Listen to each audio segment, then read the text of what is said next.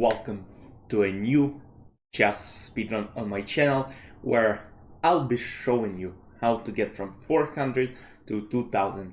I have many viewers from different rating ranges, and I think that, if you see me outplay my opponent, how I outplay them, explaining my thinking process during the games, I think you will develop some skills and get something new from this series. Let's go. Let's find our first game. We're at 400. Let's go. We're playing, I'll be usually playing 5 minutes games. Let's abort it and let's set up a 5-minute game instead, just so that I can explain you better. And we'll also have the blindfold chess speedrun. Go check it out as well. F4 the bird. So now against the bird, it's not the main opening. Let's maybe play d5, take the center, not letting him go e4, and now d4 is a huge strategical mistake, just because it weakens e4 square very, very much. So I'll play knight f6, I'll simply develop my pieces, and now after e3, I can go bishop f5, developing my bishop, I can go c5, challenging the center, and then maybe knight c6, because in this structures you don't really want to go knight c6 first, because then your pawn is blocked, and then let's say if you try to get your rook very active, it might have some problems. So let's first play c5, and the idea is of course to bring knight to c6, bishop to f5, and then rook to c8. Let's go knight c6, and some ideas include going e5, he goes c3, trying to play b4, so we'll prevent it by playing a5. If he goes a3, trying to set up b4 again, and that didn't happen, we could go a4. So a4 is played by him. Now I think knight to 4 is something that really bit aggressive, but I think it's a great move. Now we attack the pawn on c5, but I don't want to take it first. I maybe even want to go for e5. Let's play slightly more aggressive. The point is I want to take this pawn on c5 with my bishop on f8. If f takes c5 is going to happen, I'll simply play bishop takes c5. And one of the ideas here is to go short castle and then go f6, threatening this pawn, and try to open f-file so that I can go for different checkmate ideas. And moves like knight d4 make sense, but I think knight d4 we will walk into queen h4, and then if g3 is played, I'll play knight g3. So knight d4 is not an option, at least as of right now. He might go g3, but I think g3 I can simply go castle, bishop g2, I can go f6 is what I plan. He might have some ideas of challenging my center by playing c4. He goes h3. h3 is a very, very weak move. It turns out now that this diagonal is fully weakened, and g3 will not be an option since I can just take on g3. And usually you don't want to move your pawns like that. Maybe play g3 instead to develop your bishop. h3 is probably to prevent bishop g4 from happening, but that wasn't really a threat. So let's play queen h4. Now the only, yes, logical move is this. So let's take on g3, and now if takes, I take with the check, king goes to e2, and then I can retake on e5 with my queen, and there will be a lot of troubles along the way. So king goes to e2. Now I think let's go just castle. I think f6 next would be almost winning for black pieces. Queen goes to d5, and he continues taking my pawns, which I don't think is great. So rook d8, and then let's say bishop g4 takes, there is no checkmate. If I go somewhere else, like bishop b6, that makes sense. I still want to go maybe bishop e6, bishop c4 now, and then get my rook to d8 and checkmate on d-file. But let's see what he plays first. He might go bishop g2, but bishop g2 I think is a mistake, because I again go bishop e6, then rook d8 and bishop c4. Queen g2 to trade queens makes a lot of sense, but I'll just recapture to e5, so that's good. Now bishop is safe on b6, bishop e6 is coming, should be good, and h4 is a terrible move. Why? Because now my bishop can check on g4, Pawn on h3 was defending the square, but now it's not. Let's go bishop g4, attacking the king, and if king moves to d file, d3 or d2, I go rook d8 and pin the queen on d file. The game would be over pretty soon. I don't think he has a lot of options. Queen f3 is something that he might play, but I'll just probably take with queen. I might go rook d8 now. Once again, pin on d file, rook, pins queen and king. This queen cannot move. Bishop g2 I can even take, because he won't be able to take due to rook d3. And I'll just take his king, which of course is not possible on chess.com. So let's see what he will play. Knight e5 is one of the threats, bishop f5 is one of the threats, just a lot of ideas for black pieces. If c4 is played, I just go knight b4 and just take rook d8. Now king has to move. King c2 walks into bishop d1 checkmate, and it is a checkmate, the first win of this speedrun. Let's get to the next game. Let's find our next opponent. Searching. We're playing against Aaron 1321-0 from France. Let's go e4. We might play different openings. Let's go knight f3 attacking the pawn. Now knight f6 going for Petrov defense. There are multiple approaches towards Petrov. I can take on e5, I can play d4, but for the purpose of educating you, I'll take on e5 and we'll try to show you the main line. He goes knight f4. I'm curious if he knows that after knight f6, knight c6 is just losing. I'm not sure if he'll play queen e7.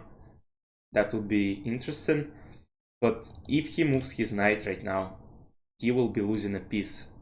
As simple as that. So, and my question would be then, why do you even take on e4? Like, you play this, let's say, copycat stuff, and you don't know any theory. Okay, let's go knight f3. Now, this is a pin. I could take on e4, take on e5, get to the endgame, being up a pawn, but I just want to see how he defends in this position.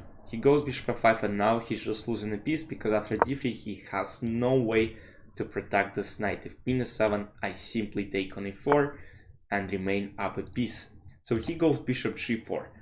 Now queen e4 seems very interesting. You know why? Because now I also want to take the bishop, and the only move to protect the bishop is to go queen e7, putting a pin on e file. If he goes bishop e7, yes, he goes this way, and now I'll develop my piece by playing knight c3. Queen e4, I'll simply take on e4, and I guess we'll find out. Yes, he goes knight c6, which is not a terrible move. Let's go knight e5, attacking the queen. Queen takes e4, d takes e4. Now I'm threatening to fork on c7. He might go, yes, exactly, long castle, and now I really want to protect from different forks like b4, d4. b4 is not a threat. If I play h3 takes, there is knight d4. He will be taking one of the pawns, so I want to go bishop e3. I want to make sure this knight doesn't go to d4, and in case of take, I'll just be up a piece. He will have no dangerous ideas. Yes, he goes rook e8. Now I play bishop d3, trying to protect this pawn. Once again, takes, knight e5, I can simply go king e2. He goes g6, I think g6 weakens f6, and we have a beautiful knight on f6 square, on d5 square. So knight f6 works perfectly, attacking the bishop, attacking the knight. The thing is, I think after bishop f3, I might not even just capture the rook on e8, because then bishop g2, rook g1, bishop f3, knight f6. I would rather play g takes f3, protecting this one. This knight still attacks the rook on e8.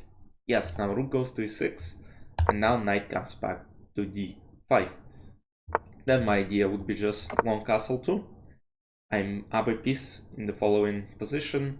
Just simple conversion awaits us. We'll try to play as simple as possible. Maybe launch an attack on h-file, maybe play something like c3. b5 is not a good move, because now it just simply gives up a pawn. Knight e5, I can simply return back to e2 and then play f4, bishop g4. Now f5 is played, I think bishop c6 is a very good idea. And now it looks like, oh no, my pawn. But rook e4 loses due to knight b6. And then I take, it's a discover attack, it's a check. I give up a piece, but this bishop now is opened. I removed the blocker and take the rook on e4. Bishop g5 probably could be even stronger, bishop g5. And now look, bishop blocks everything on this diagonal, knight blocks c8, d7, so there are no moves, bishop f6, rook e7. The game is basically over. Let's get to the next and final game of this video. Okay, final game. We're playing against Legion from, I guess, Somalia. Somalia it is. And we play with white pieces and start with e4 once again. Pawn goes to c5. Now let's go knight f3. We are going to Sicilian defense. Let's see how our opponent plays. He plays d6, plays neither of system, we'll play d4. There are multiple ways. We can play knight c3, we can play b3, we can play c3, g3, even h3. But we'll go for main line, which is d4. Immediately challenging the center. Knight f6 is one of the moves, but then I simply protect my pawn on e4. Knight f6 has an idea. Okay, he goes, he takes d4. Let's go knight d4. There's also an option of going queen d4. Also, after d6, there is a move like bishop b5. Very interesting. We might play it in the future episodes. Knight goes to c6, knight goes to c3, and now after knight f6, we might get to the rouser variation. Knight d4, queen d4. And now I have an active queen in the center. He goes e5.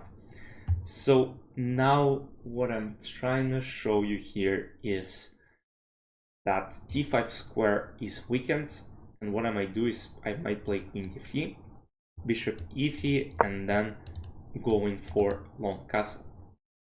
My ideas would be very simple. The d6 pawn usually becomes a weakness in the structures. He will have to play 6 at some point. Let's go bishop g5. Now I potentially will want to take it, since d5 is one of the best squares in the whole position. Let's take on f6, queen f6, and I play knight d5 with the tempo. And in my opinion, it already looks kind of dangerous for black pieces, since after queen d8 I even have queen c3, making this threat real. I'm not even sure how you protect it. It just looks like I'll be playing up an exchange, unless there is some tactic, but I just don't see how you protect from the c7. Let's play queen c3. Yeah, we're playing simple chess, and as you might see, it actually working out. So knight c7 is a deadliest threat. If he allows me, which I don't think he has a choice, he will be losing a game, because eventually what's gonna happen is he'll play down an exchange for the rest of the game. Knight goes to c7, king goes to e7. That's probably what's gonna happen. He has almost no choice, and I then take on a8 and play long castle. His king is not castled. He will have to come up with ways to develop his bishop to g7, but then I'm trying to get this pawn taken. So very hard position. He might even sack his queen right now, because king e7, if you play king e7, yes, it looks that lost at this point. And now let's go for long castle. Queen c8, I don't want to train queens as of right now. I'll play queen a3, threatening this pawn. Let's go queen a3, and potentially even threatening pawn on a7. And now he moved his bishop to g7. He forgot about this threat. So usually on this level, those diagonal threats are very, very dangerous, because most of the time players in this level won't notice it, because this is too far. Queen a3 is too far. Like, what's the idea?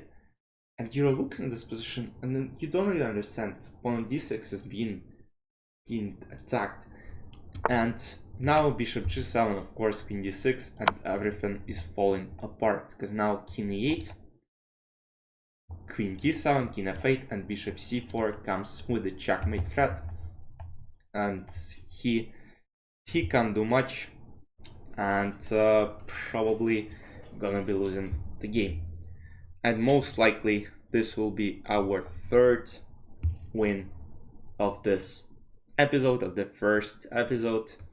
Great start for us, of course, as we should. Yes, goes king a8, queen d7, and let's pre-move bishop c4, attacking the pawn on f7. Now it's a threat. Queen a8 is the only move to protect. King g8 is one of the options, but queen f7 and then queen f5 is a checkmate. Light squares are extremely weak. And queen e8, I might go queen f5, and we'll set up the idea of, so let's say queen e8, queen f5, and let's say something like h5. The pawn is still protected, but you have rook d8, and if queen d8, queen f7 is a checkmate. So now he plays b5, completely ignoring the threat on f7, and queen f7 is a checkmate. 3 wins in this episode. Hope you enjoyed. Let me know your feedback. I'll see you in the next one. Bye bye.